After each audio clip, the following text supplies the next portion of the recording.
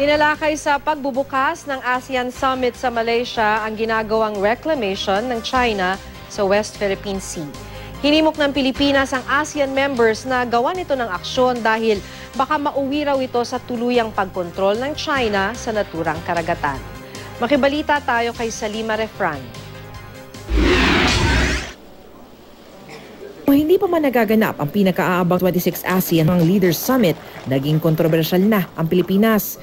Sa ASEAN Foreign Minister Summit kasi, matapang na hinimok ni Foreign Affairs Secretary Albert Del Rosario ang iba pang ASEAN nations na manindigan na sa ginagawang massive reclamation ng China sa West Philippine Sea.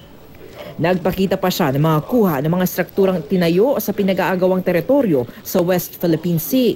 Ipinakita niya ang paglalagay ng defense installations ng tinawag lamang niyang Northern Neighbor at ang matinding pinsalang maidudulot nito sa yamang dagat. Sa intervention na inihayag ni Del Rosario sa naturang summit, sinabi niyang aabot sa 85% ang magiging pag-angkin nito sa pinag-aagawang teritoryo. Ang malinaw at mabilis daw na massive reclamation na ito ay tungo sa pagkakaroon ng kontrol sa South China Sea. Kagabi nakipag-bilateral meeting sa Pilipinas ang bansang Vietnam.